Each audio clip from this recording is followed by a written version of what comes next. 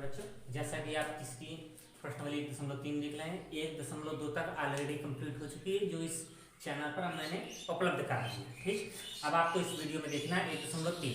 तो देखिए, मैं अभी फिर भी कह रहा हूँ कि खास तौर पे कक्षा जो हमारे 9th के बच्चे तो 10th में गए उनके लिए यूजफुल है, और इस वीडियो को कंटिन्यू देखते रहें। और थोड़ा टाइमिंग की थोड़ा प्रॉब्लम रहती है, इस वजह से मैं आपकी जो वीडियो कंटेंट है वो टाइमली मैं अपडेट नहीं कर पाता हूँ, उसके लिए मैं सॉरी कहता हूँ, क्योंकि थोड़ा टाइम की थोड़ा सिक्योरिटी शॉर्टेज कम रहती है। चलिए, इस सवाल में देखेंगे। सवाल देखिए हमारा क्या कह रहा है। कह रहा है सिद्ध कीजिए कि √5 एक अपरिमेय संख्या है। तो देखो, इस चीज को ध्यान देना है कि हमें सिद्ध तो करना है कि √5 एक अपरिमेय संख्या है, तो जो वो कहता है उसकी जस्ट अपोजिट मानते हैं। क्या कह रहा है?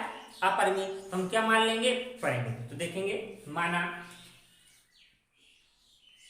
√5 एक परिमेय संख्या है।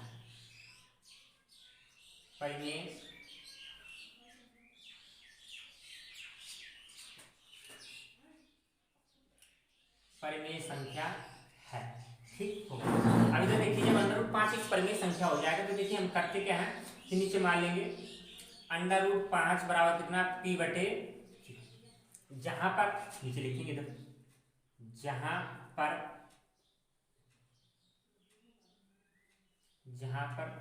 p और q सह संख्याएं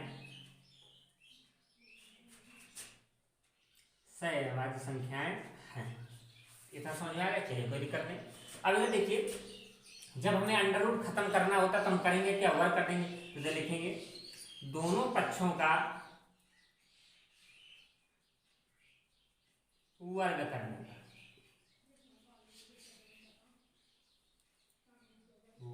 करने पर, ठीक। तो इधर का देख कितना हो जाएगा? √5 का स्क्वायर बराबर कितना? p बटे q का स्क्वायर। कोई दिक्कत है? कोई दिक्कत नहीं होगी। चलिए, ये स्क्वायर से अंडर रूट हम खत्म कर देंगे तो कितना हो जाएगा? 5 बराबर कितना हो जाएगा? p स्क्वायर बटे q स्क्वायर। कोई दिक्कत? चलिए, कोई दिक्कत नहीं। अब इधर देख लीजिए, चाहे तो आप इसके नीचे 1 मान लीजिएगा, कैंची गुणा कर लीजिएगा। समझ रहे होंगे मेरी बात को? चलिए, तो देखिए, जब हम कैंची गुणा कर देंगे, इसका गुणा इसमें हो जाएगा, इसका गुणा इसमें हो जाएगा। तो देखिए, ये कितना हो जाएगा? 5q square. ठीक, लेकिन हमें करना क्या है? q स्क्वायर की वैल्यू ज्ञात करनी है, तो 5 हमारा किसमें चला जाएगा? बटे में चला जाएगा। चलिए, तो हो जाएगा कितना? q स्क्वायर बराबर हो जाएगा कितना? p स्क्वायर बटे 5। चलिए, अब आप ये चीज जानते होंगे, p स्क्वायर बटे 5। 5 का मतलब है कि जो p है वो 5 से क्या है? विभाज्य है। इधर लिखेंगे p स्क्वायर 5 से विभाज्य है, या आप लिख सकते हैं विभाज्य हो रहा है। तब क्या लिखेंगे? p भी 5 से विभाज्य होगा,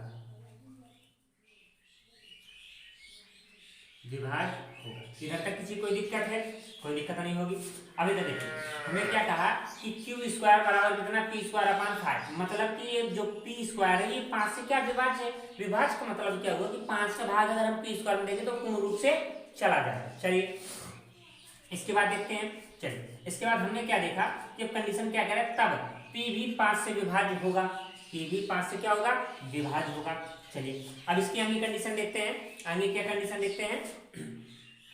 हाँ, तो हमने क्या किया इस कंडीशन? अब इधर लिखेंगे p/5 बराबर x रखने पर। हमने माना यदि, ये तो आप लगा सकते हैं, यदि p बटे 5 बराबर कितना? x रखने पर। तो देखिए, जब x रख देंगे तो p की वैल्यू हमारी कितनी आ जाएगी? तो p बराबर कितना आ जाएगा? 5x। क्यों? क्योंकि इसके नीचे आप 1 मान लेंगे, कैंची गुणा कर लेंगे। तो देखिए, p बराबर कितना आ जाएगा? 5x। ठीक, अब देखिए, जो p का मान है 5x उस समीकरण नंबर, इसको आप मान लीजिए कितना? मान लीजिए 1। तो लिखेंगे p का मान समीकरण नंबर 1 में रखने पर। इसके आगे लिखेंगे p का मान, 1 मिनट रुकिएगा, इसको हम अंडरलाइन किए दे रहे हैं।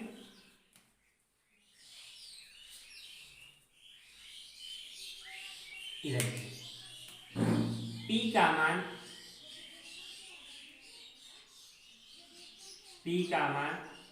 समीकरण नंबर 1 में रखने पर। तो भैया इसमें कितना दिए थे समीकरण नंबर 1? q स्क्वायर बराबर कितना दिए था? p।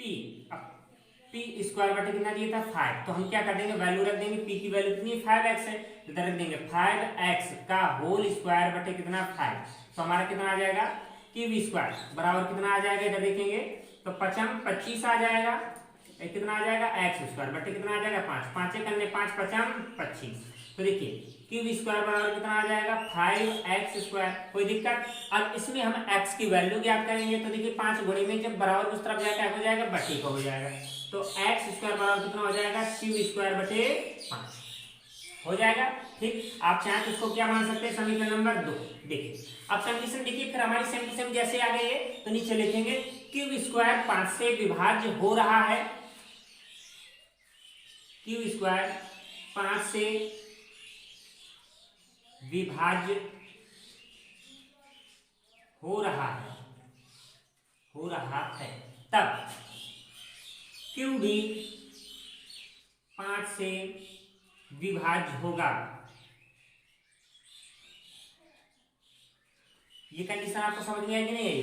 देखिए क्या कह रहा है, इधर क्यूब स्क्वायर बटे 5 आ गया, ठीक, हमने लिखा क्यूब स्क्वायर 5 से विभाज्य हो रहा है, तब क्यू भी 5 से विभाज्य होगा। तो एक चीज कंडीशन बताइए कि कंडीशन हमारी क्या थी, इधर क्या थी कि जहां पर पी और की सअभाज्य संख्या है, ठीक, सअभाज्य संख्या, लेकिन इसमें से कंडीशन क्या हो रहा है कि समीकरण नंबर 1 और 2 में ये दोनों ही 5 से विभाज्य हो रहे हैं, तो ऐसा तो क्या है गलत है, तो नीचे लिखेंगे अतः समीकरण नंबर 1 और 2 से, अतः समीकरण नंबर 1 और 2 5 से दोनों से विभाज्य है।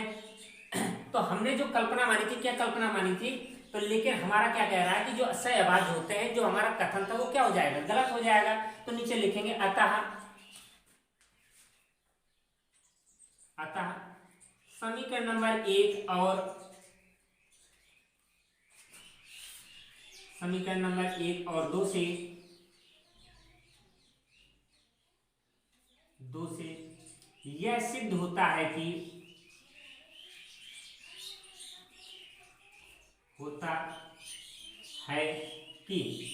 हमारी कल्पना क्या है गलत है, हमारी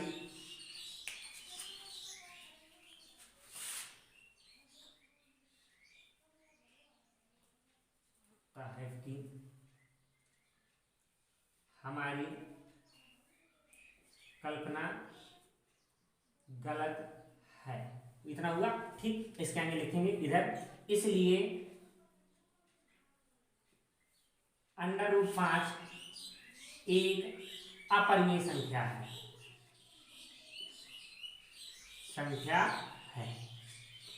किसी कोई दिक्कत आई? देखिए कोई दिक्कत नहीं आने वाली बात है, हमने एक बात देखी फिर आपको एक्सप्लेन की दिया, √5 पी बटे क्यू, जहां पर पी और क्यू सअभाज्य का मतलब है कि या तो खुद से ही विभाजित होंगे या एक और खुद से किसी से विभाजित नहीं होंगे। दोनों पक्षों को हमने वर्ग कर दिया, जिसमें से हमारा समीकरण नंबर 1 बना, जिसमें से हमने लिखा पी स्क्वायर 5 से विभाजित, पी भी 5 से विभाजित। ऐसे ही हमने समीकरण नंबर दूसरा सिद्ध किया, जिसपे कह रहा है क्यू स्क्वायर 5 से विभाजित, तो क्यू भी किससे विभाजित होगा 5 से। तो नीचे लिखेंगे अतः समीकरण नंबर 1 और 2 से यह सिद्ध होता है कि हमारी कल्पना क्या है गलत है। हमने क्या कल्पना की थी, यह एक परिमेय संख्या है, लेकिन यह एक परिमेय नहीं है, तो ठीक गलत है, इसलिए √5 एक क्या है अपरिमेय संख्या। ये आपका सवाल नंबर पहला हुआ। सवाल नंबर दूसरा देखेंगे, हम सवाल नंबर दूसरा देखेंगे। दूसरा देखिए क्या क्या है, सिद्ध कीजिए कि 3 + 2 √5 एक अपरिमेय संख्या है। तो जैसा कि हमने इसके पहले क्या सिद्ध किया था कि √5 एक अपरिमेय संख्या। तो इससे एक चीज देखिए, आप दिमाग लगाइए, दिमाग क्या लगाइए कि अगर इसे हम ऐसा कोई तोड़ देखें, क्या तोड़ देखें जिससे हमारा अगर √5 बन जाएगा तो हम सीधे डायरेक्ट लिख सकते हैं क्या, क्योंकि हमने पिछले वीडियो में क्या सिद्ध किया था कि √5 एक क्या है अपरिमेय संख्या। तो इसमें करने के लिए जैसे हमने माना था, इसमें कोई माना था, माना 3 + 2 √5 बराबर पी बटे क्यू, जहां क्या हो जाएगा पी और की सअभाज्य संख्या हो जाएंगी, जिसमें हम √5 का निकाल लेंगे। ठीक, सारे पद जितने होंगे हम बट्टे में चले जाएंगे, कोई दिक्कत, किसमें चले जाएंगे बट्टे में चले। तो देखिए कैसे करते हैं, इस चीज को थोड़ा देखिएगा, दिमाग से एनालिसिस करिएगा। चलिए ठीक, तो हमने क्या कहा था कि जो हमें सिद्ध करना होता है उसके जस्ट विपरीत मानते हैं। क्या मानते हैं? विपरीत मतलब उल्टा मानते हैं। चलिए तो लिखेंगे माना 3 + 2 √5 एक परिमेय संख्या है।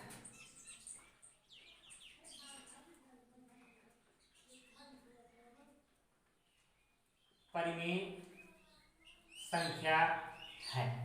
हो गया, ठीक। चलिए तो नीचे लिखेंगे 3 + 2 √5 बराबर कितना आ जाएगा, p/q, जहां पर p और q सहअभाज्य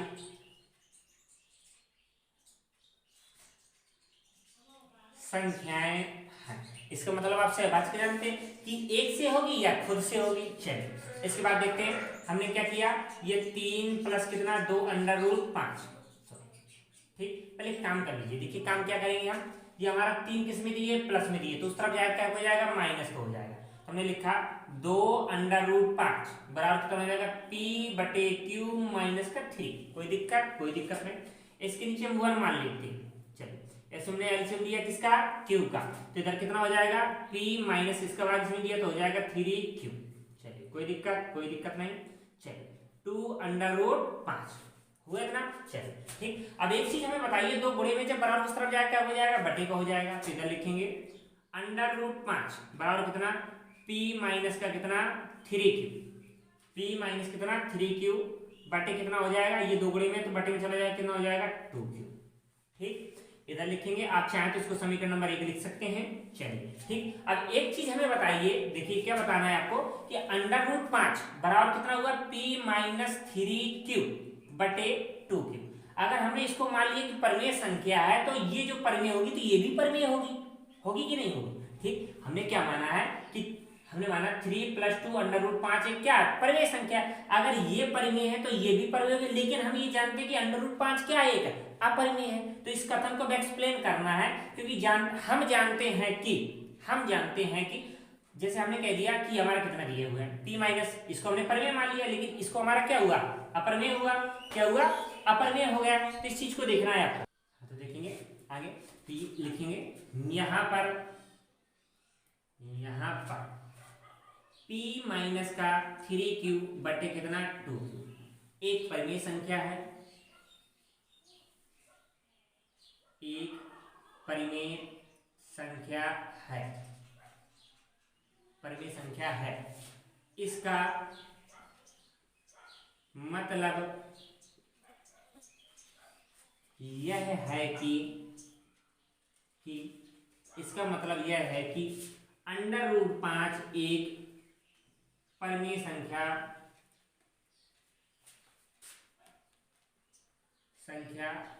होना चाहिए।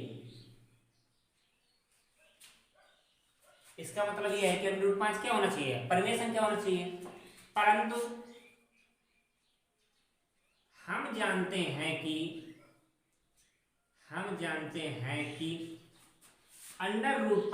हम जानते हैं कि या हमें मालूम है, या तो एक काम करिए, संख्या होना चाहिए, परंतु हम जानते हैं कि, या हम सिद्ध कर चुके हैं कि, इधर लिखेंगे परंतु हम सिद्ध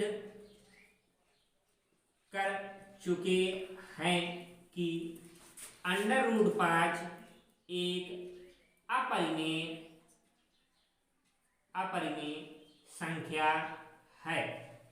इसलिए जो हमारा क्या है, पद क्या है, इसलिए 3 + 2 √5 एक अपरिमेय संख्या होगी। या सिद्ध हो गया। देखिए फिर एक बार रिपीट करते हैं। हमने कहा ये हमें मालूम चला कि हमारा चलित परिमेय है, यहाँ पर p - 3q बटे 2q एक परमेय संख्या है। इसका मतलब यह है कि जब ये परमेय है तो ये भी परमेय होगी, ये हो गई परमेय संख्या होना चाहिए। परंतु हम सिद्ध कर चुके हैं कि, पिछले वीडियो हमने किया था कि √5 एक क्या है, अपरिमेय संख्या है, इसलिए 3 + 2 √5 एक अपरिमेय संख्या होगी। चलिए अब अगला क्वेश्चन देखते हैं।